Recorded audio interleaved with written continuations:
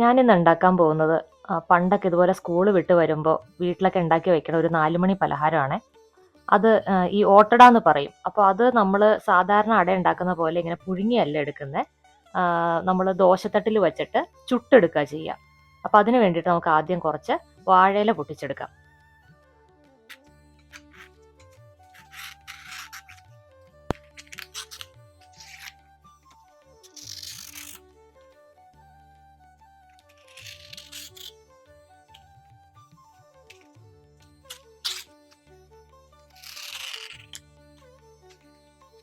ഞാൻ അടയ്ക്ക് ആവശ്യമായിട്ട് ഒരു 2 കപ്പ് ഗോതമ്പ് പൊടിയാണ് എടുത്തിരിക്കുന്നത്.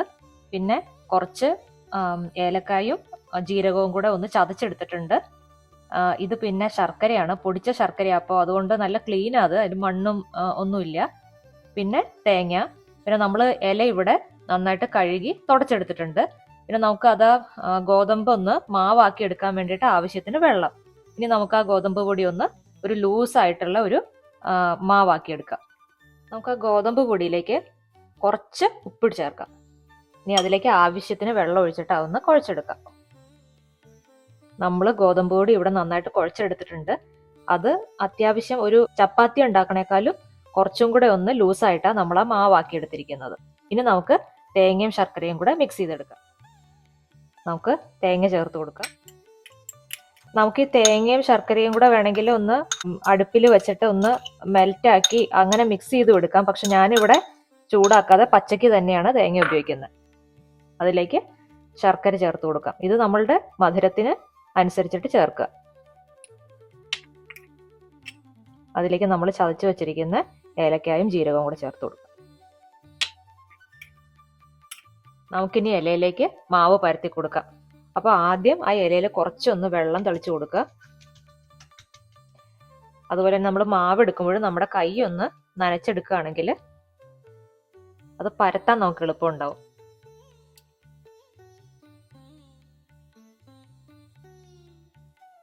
നമ്മൾ കയ്യിൽ വെള്ളം തൊട്ടില്ലെങ്കിൽ നമ്മുടെ കയ്യിലേക്ക് ഒട്ടിപ്പിടിക്കും, നമുക്ക് പരത്താൻ ബുദ്ധിമുട്ടായിരിക്കും. ഇതിലേക്ക് നമ്മുടെ തേങ്ങ ശർക്കര ഫില്ലിങ് ചേർത്ത് കൊടുക്കാം.